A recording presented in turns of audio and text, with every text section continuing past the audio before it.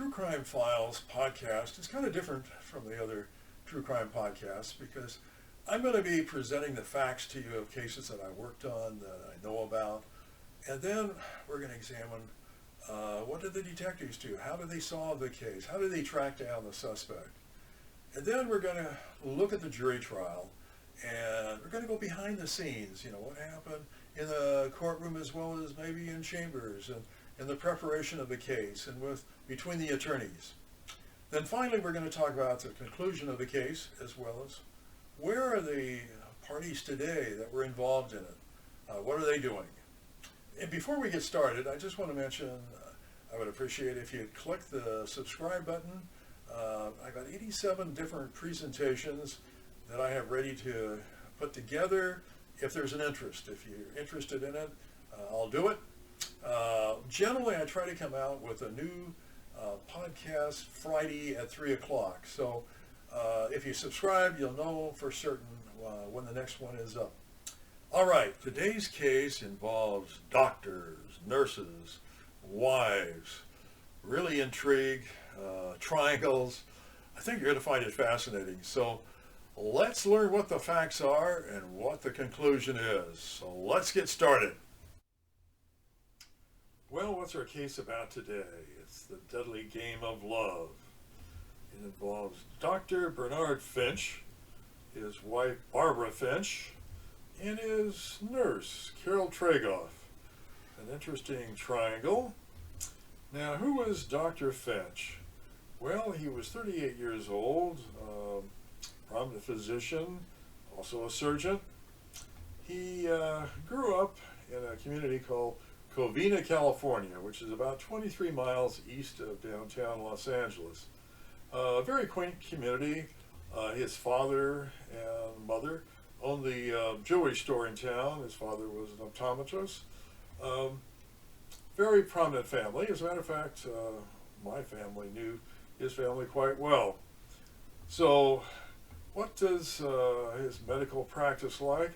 Well, he did very, very well. He set up a practice in the West Covina area with his brother-in-law, and it was very successful, highly respected, and did very, very well. He was also a family man. He married Barbara Finch about 8 years earlier, and she had one child, a daughter, and the two of them had a son, and he was 6 years old. So they had a very beautiful home on top of the hill in West Covina, and you can see the house there. It overlooked the country club, which is right directly below. They were active in everything going on in the community, and they would be considered the pillars of the community. And as far as Barbara's background, she was a little bit younger at 33, and she came from a very prominent family, the Doherty family.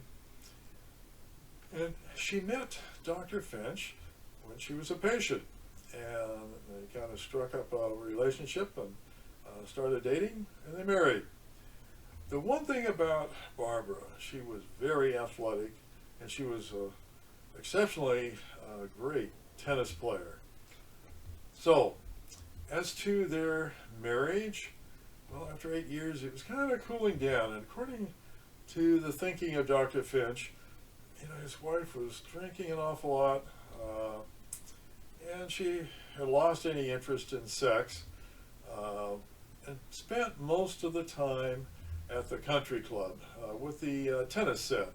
So that was what life was like with the two of them. In the meantime, he found another interest. She was 22-year-old Carole Tregoff. She had done a little modeling, and she went to school to be a medical assistant. And in that capacity, she had gotten hired by Dr. Finch's medical practice in 1955, and eventually she became Dr. Finch's secretary. And it wasn't long after that that they started spending a lot of time together. Now, she was married, and her husband was kind of a bodybuilder, and they had a a little home in West Covina, not too far from where the medical office was. However, the two of them liked to spend, Friday afternoon and the evening time, and even on Saturday, over in Hollywood. And their favorite place was the Hollywood Hill Hotel. So that was their activity, especially on the weekend. Their romance, I guess you could say, kind of heated up, and people started noticing. I mean, they were spending a lot of time together, and it didn't go unnoticed. And eventually somebody mentioned that to Barbara Finch, and she didn't think much of it originally, and she continued to live on the top of the hill from their nice home above the country club, and life went on for her. However, after a number of times when her doctor husband wasn't coming home, she started wondering, and somebody said, "Hey, do you know what's going on with your husband?" And they explained that seeing the nurse, Carole Tregoff. Well, what Barbara did, she got on the phone, called Carole Tregoff's husband and said, "Hey, do you know what your wife is doing with my husband?" So that was the kind of the beginning of the marriage starting to unravel. Now, she had the upper hand in this because she had a wedding ring on her finger. So what was going to happen? Well, first thing is she reacted by making Dr. Finch move out of the house, and they filed for separation. And then he had to find a place. Where was he going to live? So he found an apartment just off of the San Bernardino Freeway in West Covina, and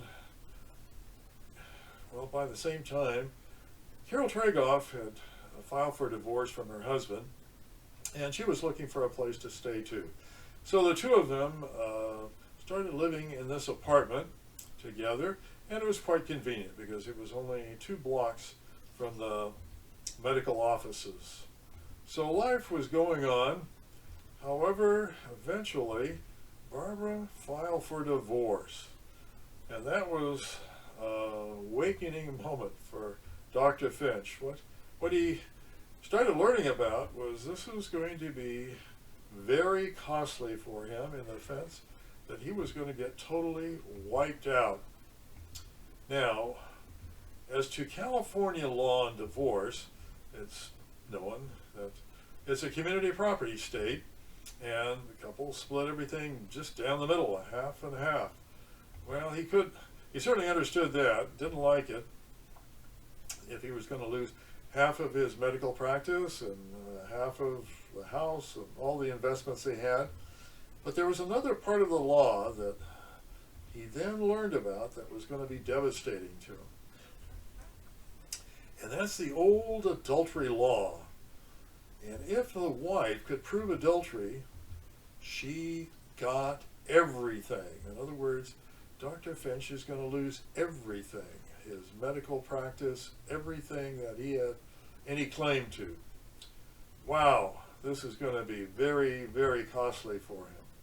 So, on May 15th of 1959, he realized, whoops, got to work something out here. This divorce is going to be too costly. So he went over to the house to talk to Barbara, and he tried to reason with her about some type of settlement, but she wouldn't listen to it. And they got into quite a heated argument over it, and he takes out a pistol, and he hits her. He hits her in the head, and you can see the stitches there in her forehead. She bled quite a bit, and afterwards she called the police, and a police report was filed. Wow. Eventually all the papers for the divorce were filed with the court. A restraining order was issued against Dr. Finch. So he had to think about what could he do about the adultery situation. So he decided to take Carole Tregoff, the nurse, to Las Vegas and have her live there. So he got an apartment for her, and got her a job at the Sands Hotel as a cocktail waitress. And if she's in Las Vegas and Nevada, she couldn't be served with divorce papers from California. So there was no way that she could testify to the adultery. And this way he was going to be safe, and he wasn't going to lose everything. However he was thinking about it on this adultery law, why not turn it around and make it look like Barbara Finch, his wife, was committing adultery? So he contacted this man, John Cody, in Las Vegas, and he said, hey, what would it take for you to get my wife in a compromising position, take some photos or something? And they talked about it, and it was agreed, okay, this could be done, and he was willing to do it. And then Dr. Finch and Carole Tregoff, while they were talking to this John Cody, well, what about killing her? And he said, fine, I could do that. There's no problem. And that would cost you $1,000. And so they all agreed that he would get paid to knock Barbara Finch off. So everyone was happy. Well, I guess Barbara Finch wouldn't be happy about it. So after about a week, he came back and he said, okay, Barbara's, I killed Barbara. And Carole Tregoff paid the remaining amount to John Cody. So things were going quite well. But out of nowhere, Barbara Finch was still alive. And then, Dr. Finch and Carole Tregoff said to Cody, what happened? What happened? And his response was, I must have killed the wrong person. So he said, well, if you give me some more money, I'll go and I'll finish the job and I'll do it right. And unbelievably, Dr. Finch gave him additional money, gave him an additional week to do it, and that was the last time they saw Mr. Cody and their money. He was long gone. So now they had to figure out a way, how are they going to get rid of Barbara Finch? So they had to develop a plan. How do you murder your wife? So they worked on it, trying to figure it out. And then on July 18th, 1959, they decided to put their plan into action. And the two of them left Las Vegas. Well, it was in the late afternoon, and they headed for West Covina. They were carrying this satchel, and in this satchel, we call it the murder kit. They had a revolver, they had a butcher knife, they had needles and syringes, seconal, all sorts of things they would need in the killing process of Barbara Finch. Now, Carole was the one who was assigned to carry the attaché case, and so they arrive in West Covina and they waited. They could tell that Barbara hadn't arrived home. Her car wasn't in the garage. So they waited down by the country club, the South Hills Country Club, which is right below the Finch house. They parked there and waited, and didn't see the car. So they eventually walked up the driveway, and this was the driveway they walked up. And when they got to the top, they could tell that Barbara wasn't there. So they kind of hid in the bushes to the side, waiting, thinking that she would arrive, and she did. But it wasn't until about 11 o'clock that she drove up the driveway and pulled into the garage. And when she pulled in the garage, she parked the car there. It was a Chrysler convertible. And Dr. Finch and Carole, came up behind her and approached her. And as soon as she saw them, she started screaming. She let out a big scream. And as she's getting out of the car, she grabs a gun that she had in her purse. And Dr. Finch runs over to her, grabs the gun, and takes it out of her hand, and then hits her in the head with it, like he did before, and she started bleeding. And at that same time, the housekeeper came running out of the house into the garage, And when she did, the housekeeper saw Barbara Finch. She's on the ground, on the concrete floor, and Dr. Finch is over her. So the housekeeper immediately turned, got the lights for the garage and turned them on. Well, Dr. Finch turned around almost automatically and leaped for the housekeeper to turn the lights back off and hit the housekeeper, kind of knocked her down against the wall. So this is the group of people that we have in the garage at that time when all of this is happening. Carole Tregoff is kind of in the background, and Dr. Finch is very active. Barbara Finch is there, and the housekeeper is there.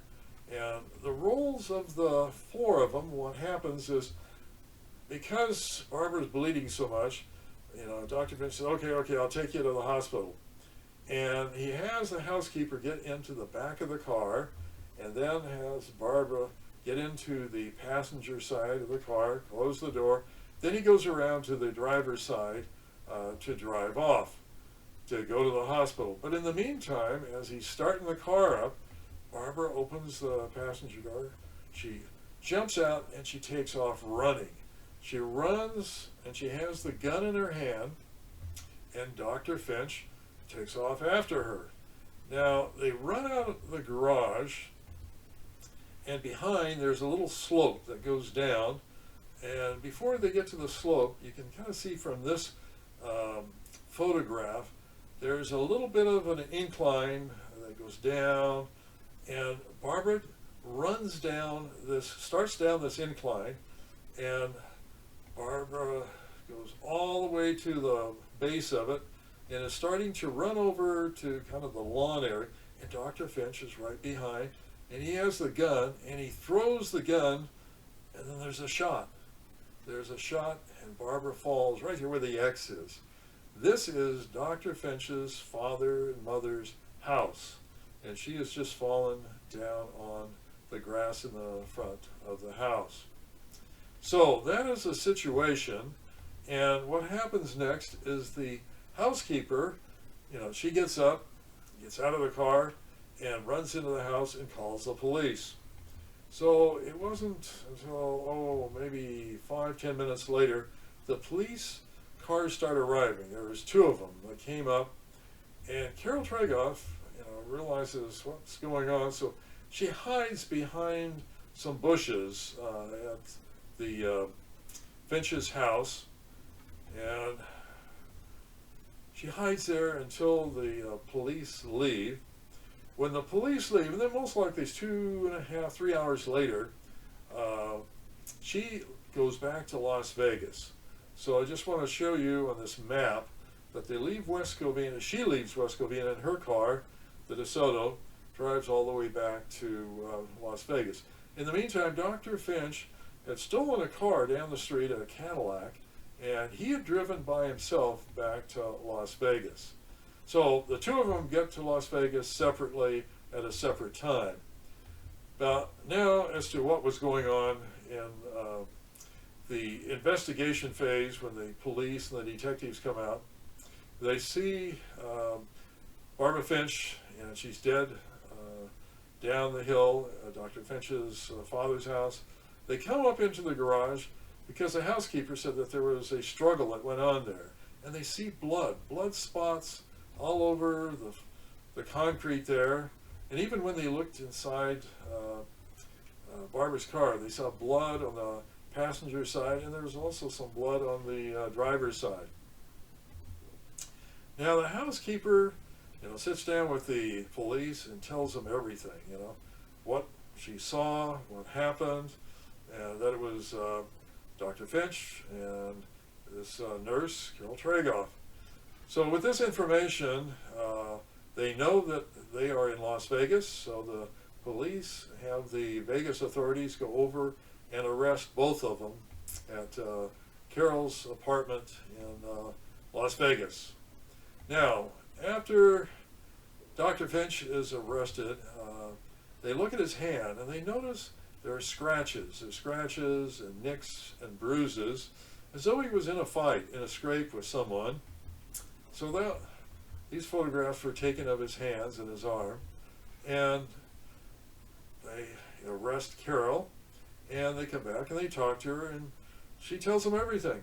She says, yeah, this is what happened in the garage. Yeah, there was a shot that went off. I didn't see the shooting. And she agrees to testify. I'll say everything, whatever I saw. And she's granted immunity if she testifies. So, this is a photo of Dr. Finch as he flies into the Ontario airport. He's been arrested by the West Covina homicide team, and he is brought in and put in jail in Covina. The case was presented to the district attorney's office, and this is the formal complaint that was filed against Dr. Finch, charging him with the murder of Barbara Finch. And the preliminary hearing was set for July 27th, 1959, and they were just finishing up the municipal court building, so they had to hold the proceedings in the old American Legion Hall. So the hearing was held there, and they called, the prosecution calls their witnesses, and Carole Tregoff is the main witness. She takes the witness stand and she starts testifying about what happened. And she starts saying, it was Barbara who pulled the gun, not Dr. Finch. I brought that's a shake case, not Dr. Finch. He didn't do anything. All he did was throw the shaving case at her. Totally different than what she had told the police earlier. So now her story had been changed. Even with the housekeeper testifying, there was enough evidence to hold Dr. Finch on the murder charges over for trial. However, as soon as she got off the witness stand, the West Covina police arrested her and took her into custody, and then they took her back to the West Covina police station, and there she's booked for a murder. And here you can see her being fingerprinted. You can see her dirty hand there with the ink for the fingerprints.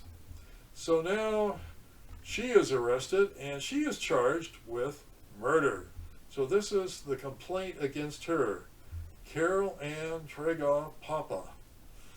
So now both of them are charged with murder, and it's decided that the case is going to be tried downtown in the county courthouse. So this is the county courthouse, and the trial was set for October 1959, and there was a huge crowd of people who turned out, who wanted to get seats. They wanted to see the proceedings. They wanted to see who Dr. Finch was, who Carole Tregoff. Crowds and thousands of people lined up for the trial every single day. Now, Grant Cooper was the defense attorney for Dr. Finch. He had quite a good reputation. He'd been a prosecutor, had won many death penalty cases. So he was certainly the top defense attorney to call. He later represented Sirhan. So Carole Tregoff, she had an attorney who was very good, Donald Bringold. Their strategy was a little different than Dr. Finch's. They made her out to be kind of the innocent young damsel, always well dressed, coiffured, just perfect picture of innocence. Now she had a difficult situation because she wanted to help out Dr. Finch. She loved Dr. Finch. However, she doesn't want to hurt herself. She doesn't want to convict herself. So what is she going to do, and how is she going to do it? Now, the prosecution had quite a bit of evidence they wanted to present, and this was in the attaché case. You can see all the rope, they had a gun, they had a knife, they had all sorts of things. So these were the witnesses who were called to testify at the trial. The housekeeper was certainly a prime witness, and she explained what she saw in the garage. the other witness was John Doughty. He was the con man from Las Vegas, and he came in and said, yeah, they hired me to kill Barbara Finch. I didn't do it. And then the coroner's office and the responding people and so forth. So the witnesses were put on. Additional witnesses were called to testify to Barbara Finch how frightened she was of Dr. Finch. And they showed this photograph of her with the stitches in her forehand and the time that he pistol whipped her. So that was the evidence that was presented. Now, on the defense side, Dr. Finch took the witness stand, and he got up there and he explained, the layout of the house. He explained all these diagrams. And he went into a lot of detail about how he was trying to talk to his wife, wanted to discuss the matter, and she wouldn't discuss it with him at all. And then on the witness stand, he testified to various things. He said, in the garage, she pulled the gun on us as we walked in. I had to hit her with the gun. And then as to, hitting and tackling the housekeeper, he said, well, the maid came in. I thought she had something in her hand. I thought she had a rifle. I had to subdue her, and that's why, I knocked her against the wall. And then he went on regarding Carole Tregoff. He said, I got everybody in the car, and I was going to take him to the hospital. But Carole didn't get in. She stayed in the garage. And then when Barbara got out of the car and started running, she pointed the gun at Carole, and I took off running after Barbara. And then he said, I grabbed the gun, I took the gun away from her, and then she ran down the hill, and I threw the gun. I threw it, and it just accidentally went off and struck her. So that was his statement as to the events, and then he said right afterwards, Barbara fell to the ground on the lawn at my father's house, and I said, hey, I'm going to get an ambulance. And these were Barbara's last words. She's told me, that she was sorry that she had done what she did, and she said I should have listened. And her last words were, please take care of our kids. So that was what happened, and Dr. Finch was cross-examined by the prosecution for, it was 4 days. He was on the witness stand. But he was consistent. He stayed consistent the entire time, didn't waver a bit. After that, Carole took the witness stand, and she got up, and she told kind of an unbelievable story. She said, oh, yeah, I did pay that Mr. Cody, but it was for investigation of the divorce. And she said, no, we didn't go to West Covina to harm Barbara. We went there to discuss the settlement with her. And she said, when we went into the garage, I didn't see anybody. And then she said, well, I did. I later saw Barbara, and she had the gun. She had a gun. And Carole went on to testify even more that after it was all over, she hid, after hiding in the bushes. She got in her car and she drove back to Las Vegas, and she said she didn't know anything about Barbara being shot or Barbara dying. She said, the first time I learned about it was on the radio as I was driving back to Vegas. That was kind of hard to understand because, she saw the coroner's van there picking up the body of Barbara. And then she said, when I got back to my apartment, there was Dr. Finch. He was in the bed there asleep. And I was the one that woke him up, and I told him that Barbara had been killed. She was dead. Well, when it came time to argument, Grant Cooper, the defense attorney, got up in front of the jury and said, it was Barbara who had the gun and pointed the gun at Dr. Finch. He grabbed for the gun, tried to retrieve the gun, and he just threw it away, and it accidentally went off. So that was the defense. Well, the jury deliberated for some time, for a number of days. As a matter for 3 weeks, that jury deliberated, and they couldn't reach a unanimous verdict. So it was declared a hung jury. So the case was tried a second time in October of 1960. And this time, it was almost deja vu. Same as the first trial, same witnesses. However, it was kind of unusual. The judge at the end told the jury, the defense can't be believed. And that was kind of strange. Why would the judge say that? But even with that statement, the jury was hung. They could not reach a unanimous verdict. So it wasn't until March 1961 that it was tried a third time. And this time the defense had a different issue, and it was whether the second jury had reached a verdict. And that was a claim of the defense, that if they had reached a verdict, that would be double jeopardy, and they couldn't be prosecuted for it.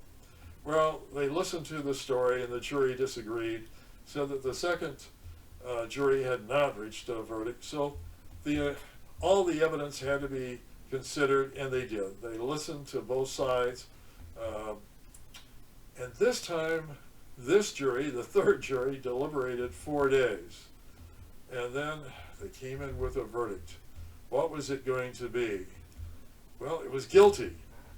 Guilty of conspiracy, guilty of first-degree murder for Dr. Finch, and second-degree murder for Carole Tregoff.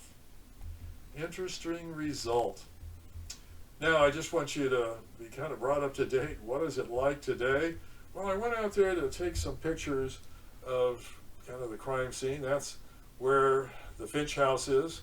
There's a picture of it today, and it looks almost the same. It's been remodeled, a little bit different, but that pool area, that was back then, and now today you can see the pool, same place, almost identical. So that's kind of interesting, and I want to take a picture of that driveway. These are pictures that the police took of the driveway. There it is. You can see the driveway going up to the house is identical, hasn't changed. And across the street was where Dr. Finch and Carole Tregoff parked their car, left it as they walked up to the garage. Same. And what's kind of interesting about the Dr. Finch case is that it occurred on July 19, 1959, and that's where the Finch house is in West Covina. I was at a pool party, most likely about 8 blocks, maybe 10 blocks away, at exactly the same time that evening. I did not hear a shot, didn't know anything about it until the next day when I read about it in the newspaper. So it's kind of interesting how close I was to what actually happened.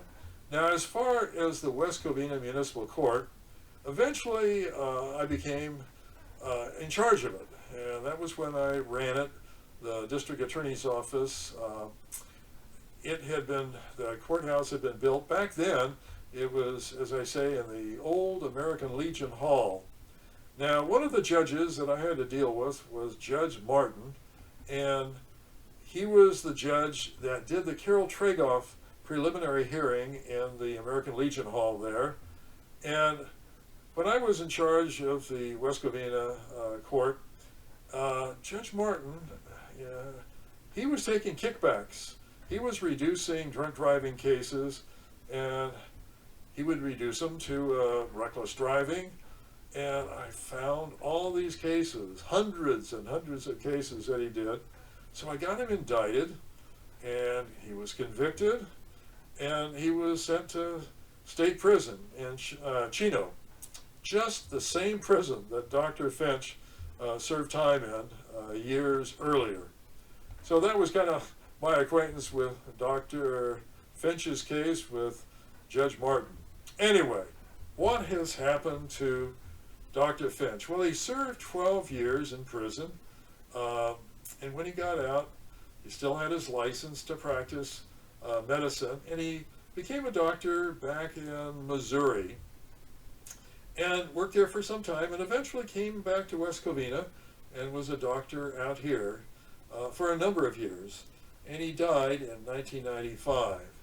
Now, as far as Carole Tregoff, she served 9 years in prison and did well in prison, was released in 1969, and afterwards she came to work in the medical offices in Covina, the Covina Hospital, as a matter of fact, not too far away, and she became the supervisor there for a number of years.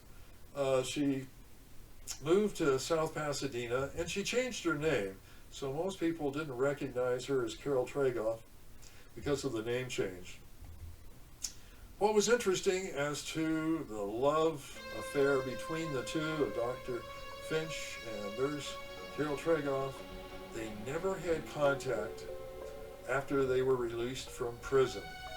Wow, how interesting was that? But it's always stayed with me as to how do you go from saving lives to taking lives? I guess you would call it a deadly game of love. It certainly was in this triangle between Dr. Finch, nurse Carole Tregoff, and wife Barbara Finch. How sad. Well, hopefully you found this podcast interesting on Dr. Finch and Carole Tregoff's, their jury trials. I wrote a book, Killings on Route 66. That's near the Covina area. So if you kind of want a flavor of other cases that occurred out in that area of Covina, Glendora, and Azusa, get my book. Otherwise, I hope you join us again for another True Crime Files of Los Angeles podcast by Ronald E. Bowers, when we will consider another case. See you then.